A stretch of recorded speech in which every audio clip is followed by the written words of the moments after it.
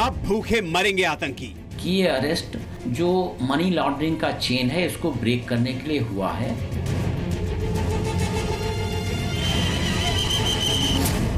अब खाने को तरसेंगे आतंकी। ये बहुत बड़ी सफलता का मामला है। गोली से कम, गरीबी से ज्यादा मरेंगे आतंकी। और सबूत है, उस पे कार्रवाई होनी चाहिए। क्योंकि फंदे में फंस गए हैं आतंकियों के फंडबाज। एनआईए को सबूत मिले हैं कि ये टेरर फंडिंग करते हैं। अलगाववादियों की बदमाश कंपनी अब होगी बर्बाद। मोदी तेरे हाथों में वो लकीर नहीं है, कश्मीर तेरे बाप की जागीर नहीं है।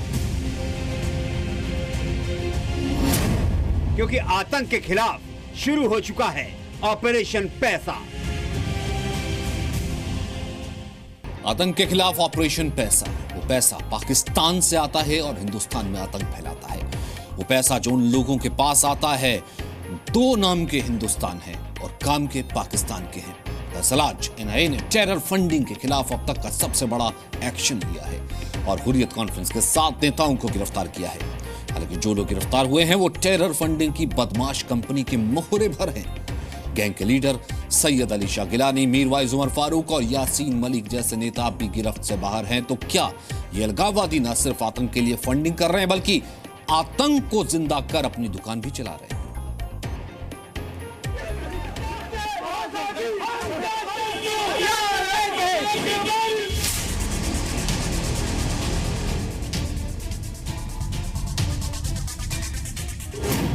लेकिन आतंक की ये दुकान अब बंद होने जा रही है क्योंकि आतंकियों को फंड देने वाले अब खुद फंदे में हैं। टेरर फंडिंग मामले में एनआईए ने अलगाववादी संगठन हुर्रियत कॉन्फ्रेंस के 7 नेताओं को गिरफ्तार किया है। गिरफ्तार नेताओं में हुर्रियत के चीफ सैयद अली शाह गिलानी का बेटा अल्ताफ अहमद शाह भी शामिल है। एनआईए ने श्रीनगर से तहरीक हुर्रियत के प्रवक्ता एजाज अकबर, अल्ताफ अहमद शाह, महराजुद्दीन कलवल, पीर सैफुल्ला, शहीदुल इस्लाम और नईम खान को गिरफ्तार किया है, जबकि फारूक अहमद डार और बिट्टा कराटे को दिल्ली से गिरफ्तार किया गया है। हमने विभिन्न स्रोतों से जानकारी इकट्ठा की थी। उसके बेसिस पे 30 मई 2017 को हमने एक केस आईपीसी और यूएपीए के सेक्शंस में टेरर फंडिंग से संबंधित दर्ज किया था और उसके बाद हमने श्रीनगर, जम्मू, 2 जगह हरियाणा में और दिल्ली में बड़ी संख्या में सर्चेस की थी।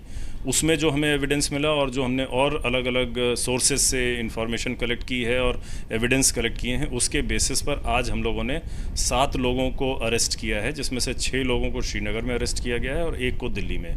और जो 6 लोग जिन श्रीनगर में अरेस्ट हुए हैं उनको हम लोग आज दिल्ली लेकर आ रहे हैं और इन 7 एक्यूज्ड पर्सनस को हम कल स्पेशल एनआईए कोर्ट जो दिल्ली में है उसमें पेश करेंगे।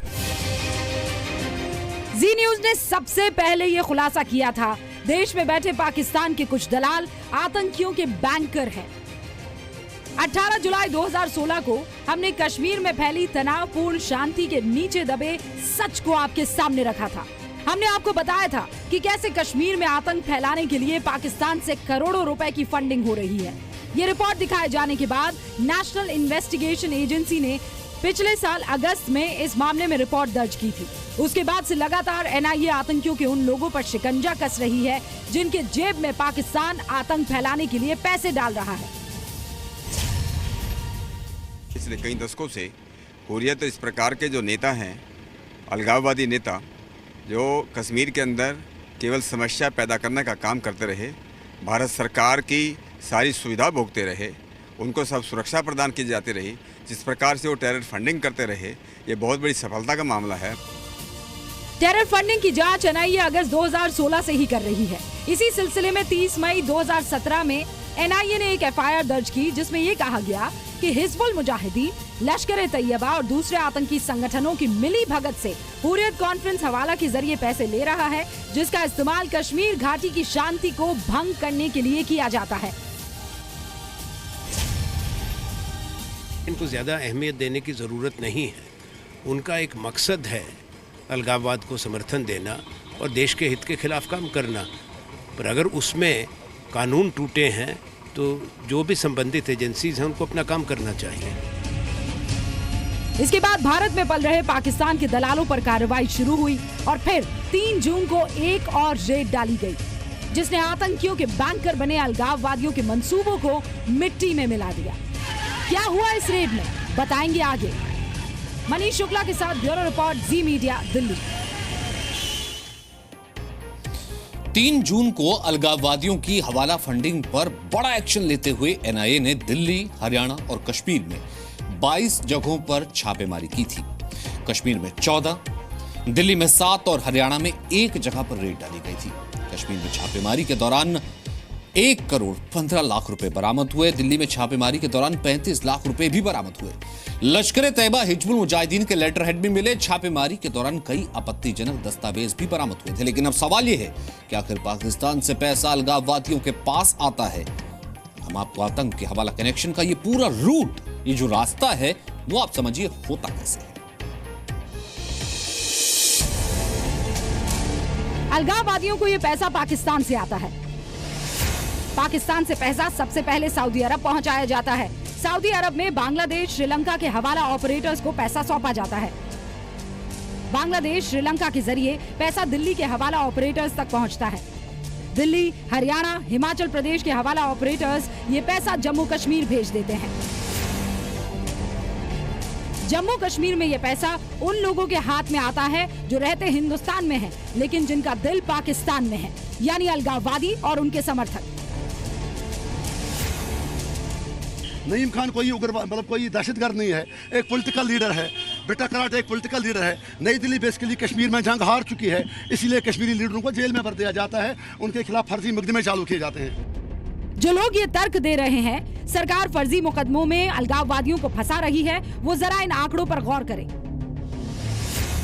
हुर्रियत नेता सैयद अली शाह गिलानी को फरवरी 1999 में 13,000 अमेरिकी डॉलर मिले। मार्च 1999 में गिलानी को 11,000 अमेरिकी डॉलर मिले। सन 2000 में गिलानी को हवाला के जरिए 20 लाख रुपए मिले। अप्रैल 2005 में गिलानी को अनजान शख्स ने 15 लाख रुपए दिए। 2005 और 6 में नाजिर कुरैशी नाम के शख्स ने गिलानी को 5 लाख रुपए दिए। अप्रैल 2006 में 15 लाख, जुलाई 2006 में 16 लाख रुपए मिले। नवंबर 2007 में उधमपुर में 46 लाख से ज्यादा रुपए बरामद हुए। ये 46 लाख रुपए तहरीक-ए हुर्रियत के नेता गिलानी के बताए गए। कानून के तहत हो रही है, बाय रूल ऑफ लॉ, क्योंकि इन सब पर सर्च हुए हैं और इस तरीके से अरेस्ट हुए हैं। मैं यह समझता हूँ कि ये अरेस्ट जो मनी लॉन्ड्रिंग का चेन है, इसको ब्रेक करने के लिए हुआ है और ये एक अच्छा कदम है। ये गुनाह अकेले गिलानी ने ही नहीं किया। अब हम आपको यासीन मलिक का भी हवाला अकाउंट दिखाते हैं। यासीन मलिक को दिसंबर 2010 में मोहम्मद सिद्दीक ने 5 लाख रुपए दिए। 2009 में यासीन मलिक को 6 लाख रुपए दिए गए।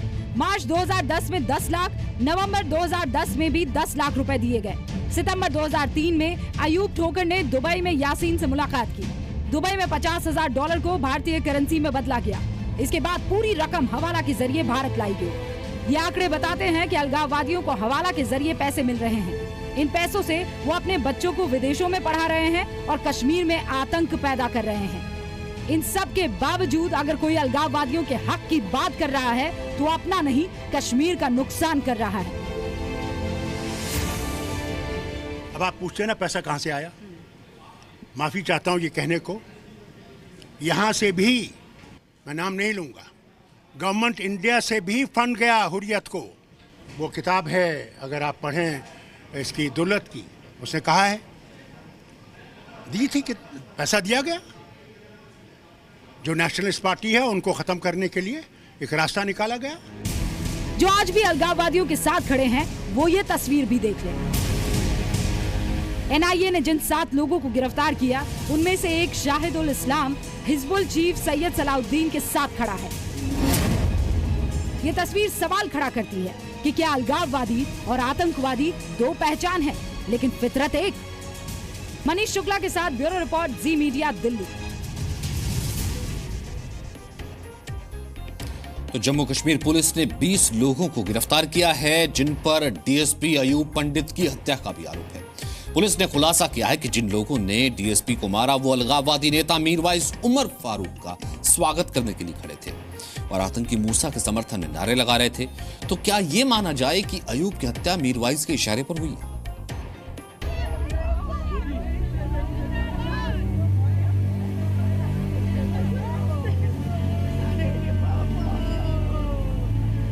शहीद डीएसपी अयूब पंडित की हत्या जिस भीड़ ने की थी वो आतंकियों के जयकारे लगा रही थी।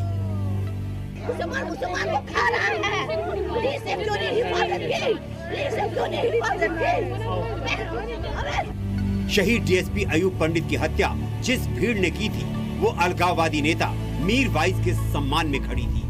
तो क्या शहीद अयूब पंडित को आतंकियों और अलगाववादी नेताओं ने मारा? It happened that way that a group of hooligans, miscreants, whatever you say, were coming out of Jamia Masjid on that day raising pro-Zakir Musa slogans, and supposedly they were to welcome Mirwais Moli Farooq, who was coming to Jamia Masjid. Jammu Kashmir police ने इस घटना के सभी तारों को सिलसिलेवार तरीके से जोड़ा और जो खुलासा हुआ वो इस सवाल को पुख्ता कर रहा है कि क्या शहीद अयूब की हत्या मीरवाइज के इशारों पर हुई। And when he came out of Jamia Masjid, these four guys called him and started questioning him who was he, and also asked for his I card, which he refused to give. That is how things started. And when he refused to give them his identity card, they started heckling him. The number of miscreants swelled, and rest is a history. तो क्या जो सवाल शहीद अयूब के परिवार वालों ने उठाया था कि अयूब को बाहरी पंडित समझकर मारा, वो सच है? पुलिस ने इस मामले में 20 लोगों को गिरफ्तार किया है। जांच जारी है और अब सिर्फ ये खुलासा होना बाकी है कि इस हत्या से अलगाववादी नेता मीरवाइज उमर फारूक का क्या कनेक्शन है। खालिद हुसैन, जी मीडिया, श्रीनगर।